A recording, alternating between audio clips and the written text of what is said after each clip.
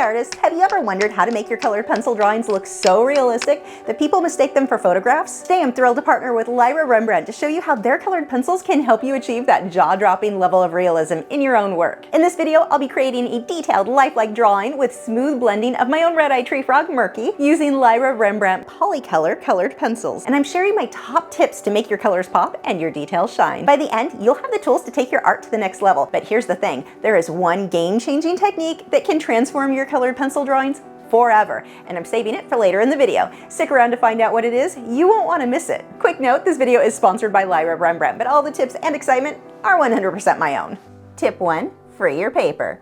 Start by gently removing your paper from the pad. This is especially important with lighter weight paper like the Strathmore Sketch 400 that I'm working on today.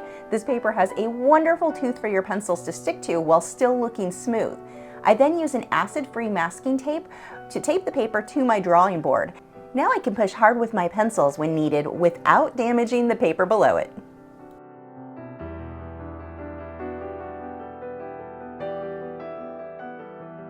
Tip 2, sketch light to prevent problem lines. When sketching your subject, grab a 4H pencil and keep your lines super light. Dark lines can sneak through your colored pencil layers and mess up your masterpiece. A light touch with a light pencil means no pesky lines showing in your final piece.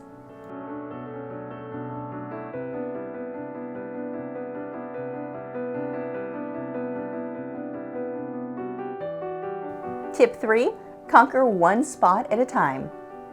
Drawing something detailed like a bunch of cherries? Don't tackle them all at once. It's overwhelming. Instead, zoom in on one cherry, one leaf, or even just one tiny square inch at a time.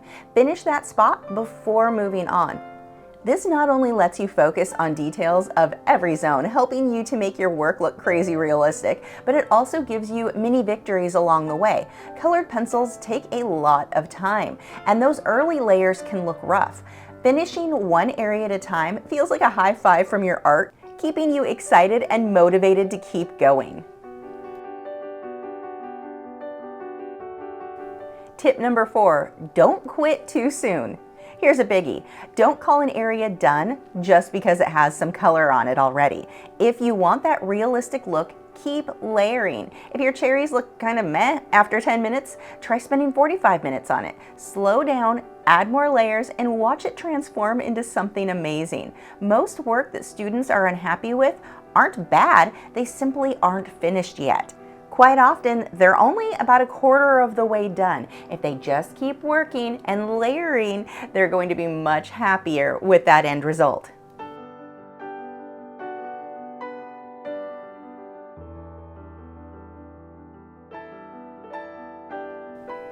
Tip 5, orange is your secret weapon for three-dimensional reds.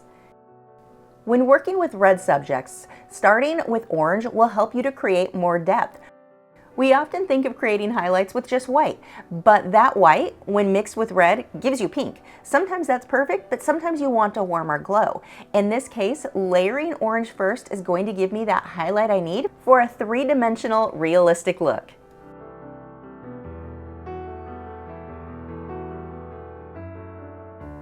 Tip 6, shadows that pop. Skip jumping straight to black for your shadows. It can make things look flat and boring. Instead, layer reds, blues, or purples. No purple in your pencil set? No problem. Mix your darkest blue with red to create a gorgeous purple for rich, deep shadows. Save black for the very darkest spots to add that final punch. Believe it or not, your darks will look even darker if layering the reds, blues, and purples into it.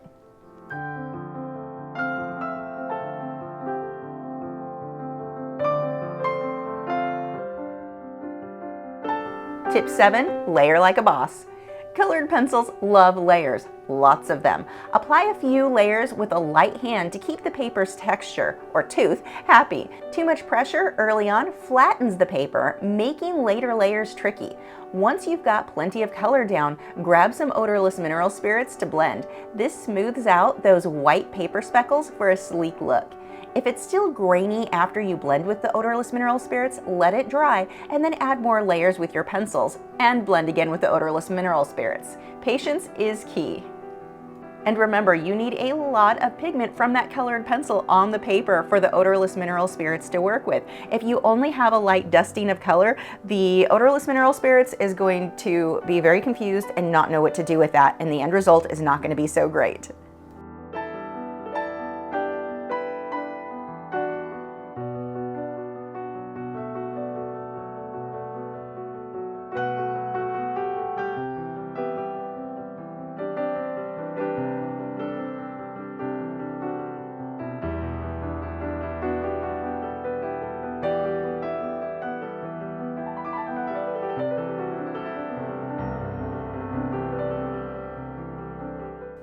Tip 8, burnish for that polished glow. Once I have my base layers blended with odorless mineral spirits, I like to burnish my Lyra Rembrandt colored pencils for a polished look. Burnishing is colored pencil talk for pushing really hard.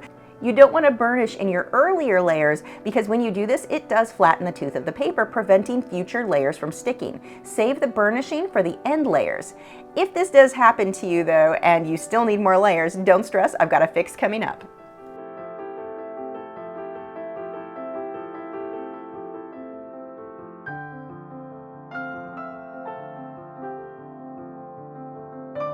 Tip 9, why Lyra Rembrandt rocks. Lyra Rembrandt pencils are oil-based, which means they're a bit see-through, perfect for layering and glazing to build depth. Plus, their harder lead sharpens to a super fine point, giving you crisp, clean details that make your art stand out. Remember, for realistic work in colored pencils, this is not a paint by number. You can't just put the right color in the right place. You want to take advantage of that translucent nature of the pencils and layer and blend them for a natural look.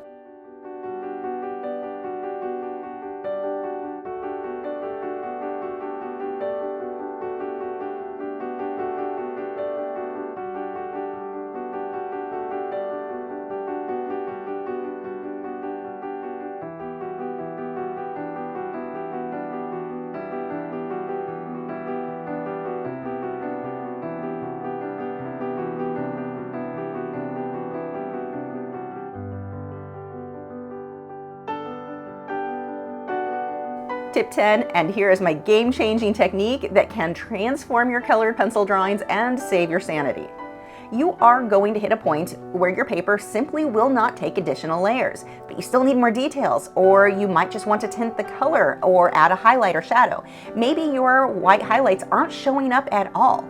The easy solution is a rough eraser, something a bit more harsh than your regular pencil eraser.